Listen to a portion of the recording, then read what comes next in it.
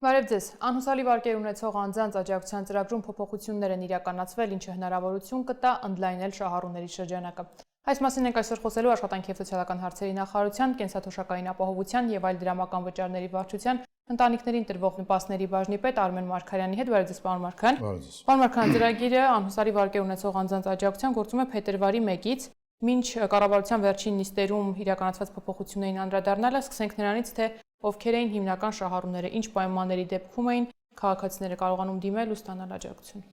Շնորհակալություն, ուրեմն հիմնական բովանդակությունը փոփոխության արդյունքում մնացել է նույնը, այսինքն դիմողների շահառուների մասով մնացել է նույնը, ուրեմն իրավունք ունեն դիմել Հայաստանի Հանրապետության քաղաքացիները կամ երկքաղաքացիները, ինչպես նաև Հայաստանի Հանրապետությունում ժամանակավոր պաշտպանության ներքո գտնվող մեր հայրենակիցները։ Հիմնական շահառուները պետք է ծրագրում ընդգրկվելու համար նրանց վարկային պատմությունը, այսինքն ամսալի դասով դասակարգված վարկային պատմությունը պետք է ունենա առնվազն 3 տարվա վաղեմության ժամկետ եւ ամենակարևորներից երրորդը, որ նրանց վարկերի մայր գումարը չպետք է գերազանցի 1 միլիոն դրամը։ Շահառուները պետք է լինեն աշխատող, այսինքն պեկում, նրանց վերաբերյալ պետք է լինի տեղեկատվություն, որ ստանում են աշխատավարձ, այսինքն այս ծրագիրը վերաբերվում է աշխատող Հայաստանի Հանրապետության քաղաքացիներին կամ պաշտպանության տակ գտնվողներին, որոնք ունեն ավելի քան 3 տարի եւ ավելի ժամկետով անուսալի վարկով դասակարգված վարկային պատմություն եւ գումարի չափը չի գերազանցում 1 միլիոն դրամ։ Շատ լավ, պարոն Մարգարյան, մի քանի տեխնիկական նորից կենտրոնանանք պայմանների վրա, որովհետև թեպետ անընդհատ խոսվում է ծրագրի պայմանների մասին, բայց քաղաքացիների մոտ հարց է առաջանում։ Երբ ասում ենք առնվազն 3 տարի պիտի լինի անհուսալի դասով դասակարգված, նկատի ունենք 3 տարի եւ ավելի, այսինքն 4-5, այս դեպքում կարող են օգտվել։ Երբ ասում ենք, որ բոլոր վարկերի մայր գումարները պիտի չգերազանցեն 1 միլիոն դրամը, նկատի ունենք, որ եթե քաղաքացին ունի մի քանի վարկային կազմակերպություններում կամ բանկերում կամ թեկուզ մեկ բանկում նրանց վերցրած գումարի մայր գումարը չպետք է գերազանցի 1 միլիոն դրամը։ Այսինքն նա ունի 4 հատ վարկ օրինակի համար 4-ն էլ անհուսալի են դասակարգված եւ մայր գումարները ամեն մեկը օրինակի համար 249,000 դրամ են կամ 250,000 դրամ են, այսինքն 1 միլիոն։ Չի գերազանցում, դիտարկվում է շահառուհիս, եթե նրանցից որևէ մեկը ավել է եւ 1 միլիոն 1 դրամ է, այսինքն դա դիտարկում է, որ գերազանցում է եւ այս ծրագրի մեջ չի կարող ընդգրկվել։ Իհարկե սրա լուծումն էլ կա, բնականաբար, բայց մի փոքր ավելի է։ Պարոն Մարգարյան, աշխատանքի կտորին էլ անդրադարձակ, դրան էլ անդրադառնանք ու արդեն խոսենք նաև փոփոխություններից, երբ ասում ենք գրանցված աշխատող, նկատի ունենք, որ կնքված է պայմանագիր, այսինքն ուղղակի ծառայությունների մատուցման պայմանագրով աշխատող քաղաքացիները աջակցության ծրագրին դիմել օգտվել այո, չեն կարող։ Այսինքն խնդիրը հետեւյալն է, որ մարդը պետք է պետական եկամուտների կոմիտեում լինի գրանցված աշխատող, նրա վերաբերյալ պետք է լինի տեղեկատվություն, որ նա ստանում է աշխատավարձ եւ նա հարկվում է, այսինքն նրա վերաբերյալ եկամտահարկ եւ այլ հարկերը հաշվարկում է։ Շատ լավ։ Սրա մասին մի քիչ ավելի ուշ կխոսենք, անդրադառնանք մեր վերջին փոփոխություններին, որով շահառուների շրջանակը ընդլայնվել է։ Այո։ Խնդրեմ կետ ներկայացնել։ Ուրեմն կառավարության վերջի որոշումով ընդլայնվեց իհարկե շահառուների ցանկը, բայց դա միաժամանակ նաեւ նախկին որոշումից տեղ էին գտել մի քանի իրավակիրառ դրույթներ, որոնք անհրաժեշտ էին ել ավելի հստակեցնելու կամ միանշանակ հասկացությունները միանշանակ հասկանալու համար սահմանումներ տրամադրել եւ համապատասխան փոփոխություններով ներկայացվեց, կառավարությունը ընդունեց։ Ուրեմն հիմնական փոփոխությունները ես չեմ ուզում անդրադառնալ այն տեխնիկական փոփոխություններին, որոնք ասենք մեր միասնական կենտրոնը, նոր տեղեկատվական կենտրոնը, ակրան, բանկերը իրար մեջ տեղեկատվություններ են փոխանցում, փոխանցման կարգ եւ այլ, դա այդքան էլ ընդհանրակարգային հարցեր է եւ դա այդքան էլ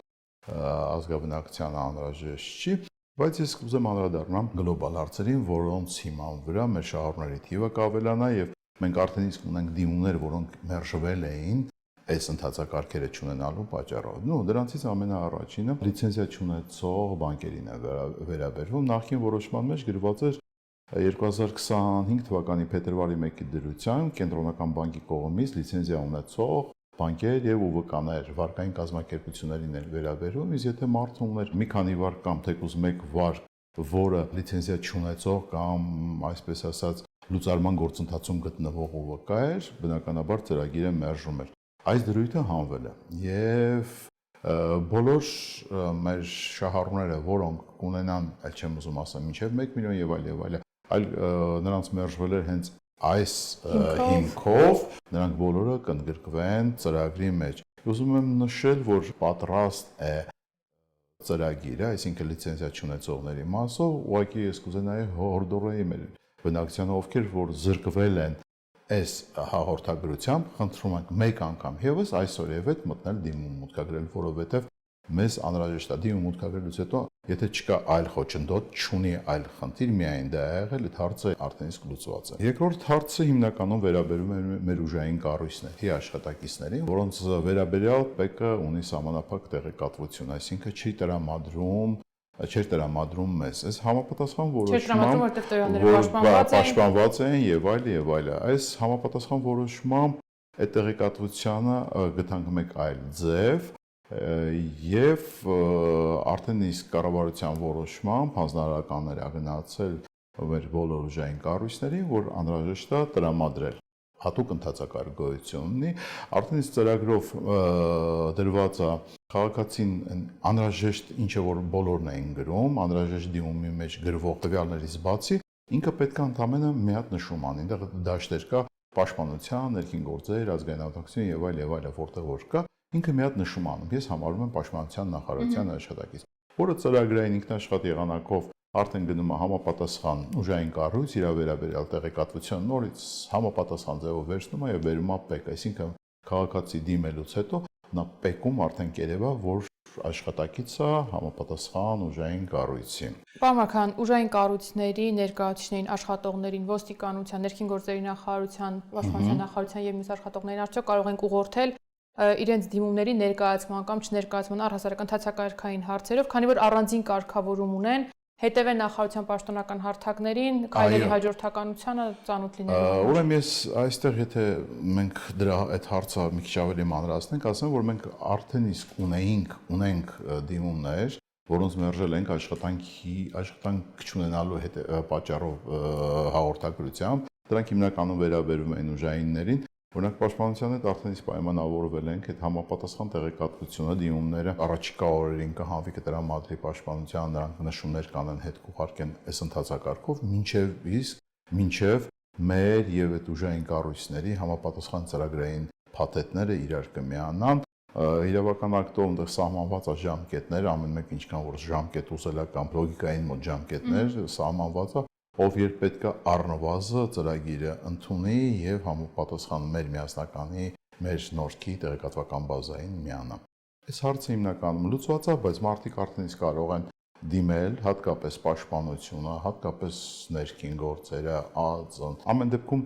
իրենց դիմումները արդեն իսկ չի մերժվի, առնվազն հաղորդագրություն կգնա, որ մշակման փուլում է։ Շատ լավ, այսինքն կարգավորումները կան, ծրագրերապահովման գործընթացներում ենք։ Այո, մեր մյուս կարևոր փոփոխություններից մեկը վերաբերվում է նաև հետևյալ դրույթին։ Ուրեմն մենք մինչև այս դրույթը ընդունելը ունեինք մերժումների մեջ հետևյալ ձևակերպումը, որ եթե քաղաքացին շահառուն ընդգրկվել է ծրագրի մեջ, հետո երամսյա ժամկետ չի աշխատանք չի ունեցել, դադարեցվել է նրա աշխատավարձը կամ տարբեր պատճառներով եկամտահարկ չի ունեցել, հետևաբար ծրագրից ինքը զրկվում է, դադարեցում է ծրագրի շահառուն լինելը եւ չի կարողանում կրկին նորից դիմել։ Այդ դրույթը հիմնականում պահպանվել է, բայց այստեղ մենք մի հատ ուղում ենք արել, որ դա վերաբերվում է խնամքի նպաստի գտնվողներին, ծննդաբերության արձակուրդում գտնվողներին, քանի որ դա օբյեկտիվ պատճառ է եւ նրանք եթե ընդգրկված են եւ գնացել են խնամքի նպաստ կամ ծննդաբերության արձակուրդում են գտնվում, երբ որ կվերադառնան աշխատանքի, կարող են շարունակել իրենց ծրագրից օգտվելու այդ իրավունքը։ Սա հիմնական այն փոփոխություններն է, որ կբերի թվի մեր հաստատված գործերի կտրուկ աճի։ Իսկ մնացած փոփոխությունները հիմնականում դրանք իրավակիրառ պրակտիկայում հստակեցում, շտկումներ, անհրաժեշտ բացատրություններ դրանով վերաբերվում։ Բավականին փոփոխությունների անհրաժեշտությունը ինչով էր պայմանավորված, ստացել ենք շահառուների խմբից հետադարձ կապով։ Փոփոխությունների անհրաժեշտությունը, այո, մենք դիմումներ շատ ունենք, որ քաղաքացին ինչ մեղք ունի, եթե իր բանկը կամ վարկային կազմակերպությունը լուծարվել է, որևէ մեղք չունի։ Ուժայինները ինչ մեղք ունեն նույն ազգաբնակության նման նրանք էլ էին ուզում օգտվեին ծրագրից, ընդհանրապես տարբերությունը հետևյալն էր, որ նրանց աշխատավարձի կամ տնած մասին տեղեկատվություն ավելի սահմանափակ էր տրամադրվում։ Այդ հարցն լուծված, իսկ խնամքինը արդեն իսկ ասացի, խնամքինը եւ ծննդաբերությունը արդեն իսկ ասացի։ Շատ լավ, պարոն Մարկյան, վերադառնալով ծրագրի հիմնական պայմաններին, խոսեցինք զբաղվածության մասին ու ամենաշատ հնչող հարցերից մեկը երևի նա է, որ եթե քաղաքացին այս պահին ունի աշխատանք, անցնի աշխատանքի արդյոք կարող է ստանալ, արդյոք եթե ավելի ուշ է դիմում, քան աշխատել էր, կարող է հետադարձությամբ ստանալ աջակցություն եւ այլն, այս տեխնիկական հարցերին կխնդրեմ պատասխանել։ Նախ առաջի հարցին, որ մեր հիմնական մեղը նա է, որ մարդը պետք է լինի աշխատող, այսինքն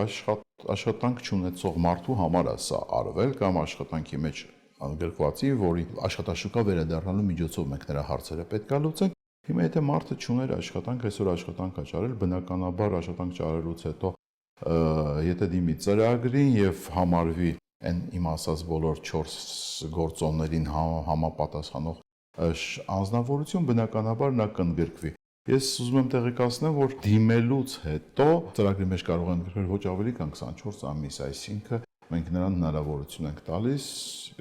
համապատասխան այդ իրավարկեր կամ տոկոսները փակելու համար կառավարությունը։ Իսկ ինչ վերաբերում է հետադարձությանը, բնականաբար հետադարձության անհրաժեշտություն չկա, որովհետև ցանկացած ուզում դիմի նրան վերաբերում է 24 ամիս բնականաբար, բայց ոչ ավելի ուշ, քան այն նախատեսված իրավական ակտով։ Շատ լավ, պարոն Մարկյան, հետ գնալով երեխայի խնամքի արձակուրդում գտնվող քաղաքացիներից էլ հաճախ հարցեր ստանում ենք, արդյոք իրենք կարող են ստանալ աջակցությունը հենց արձակուրդում գտնվելու ընթացքում, թեպետ ձեր պատասխաններից արդեն ենթադրելի է, որ ոչ, որովհետև ինքը այդ պահին չունի աշխատավարձ,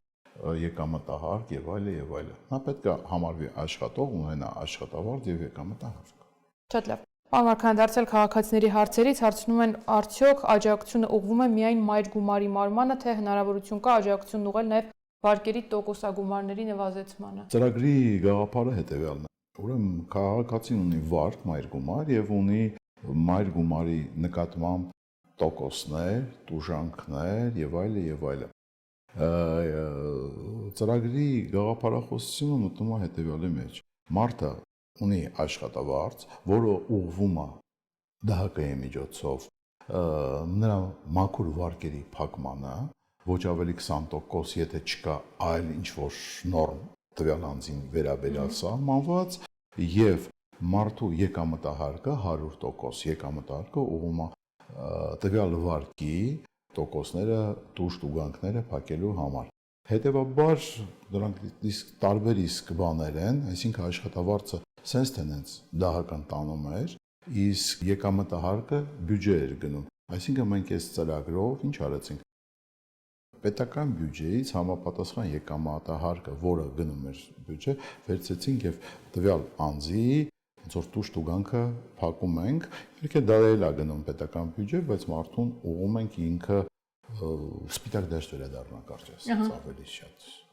Շատ լավ, պարոն Մարկյան, աջակցության ծրագրից կարող են օգտվել համավարկառուները։ Ոչ, համավարկառուները չեն կարող օգտվել, դրա մասին մենք բազմիցս ասել ենք, մենք ունեցել ենք բազմաթիվ դիմումներ եւ դրա վերաբերյալ ասված է, որ չեն կարող ունենալ։ Շատ լավ։ Ամփոփելով զրույցի հիմնական բոլոր կետերը ներկայացրիք, փոփոխությունները ներկայացրիք, շահառուների շրջանակին անդրադարձանք, աջակցության չափը